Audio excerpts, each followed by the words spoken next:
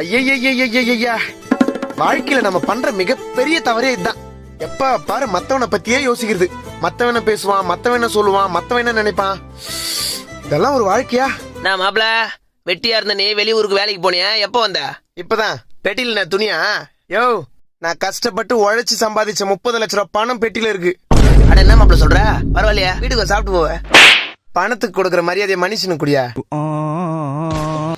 பெட்டியில பணம் வந்துட்டான், அவுத்துக்கணும். எதா லுங்கிய சொன்னேன்.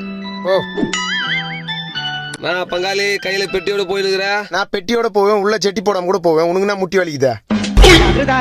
பங்காளி நான் என்னமோ பெட்டி ஃபுல்லா பணம் இருக்கிற மாதிரி இடக்க முழுக்க பதில் சொல்லுங்கிற. முட்டா பையில நான் உழைச்சு சம்பாதிச்ச 30 லட்சம் ரூபாய் பணம் இருக்கியா பெட்டியில?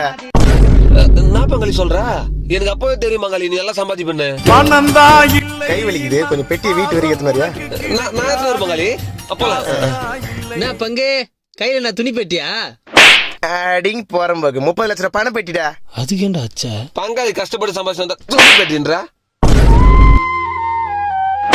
நான் அடிக்கிறேன் ஏன் பணம், நீ எதுக்கு அடிக்கிற? அதானே கை வலிக்குது. வீட்டு வரைக்கும் தானே, நான் தூக்கி வருமாக்கு வா. நீ எடுத்து. என்ன வெயிட் ஆகுது பெட்டியா? வெளிநாட்டுல அச்சடிக்குதுல பணம் வெயிட்டா தான் இருக்கும். மா குடு.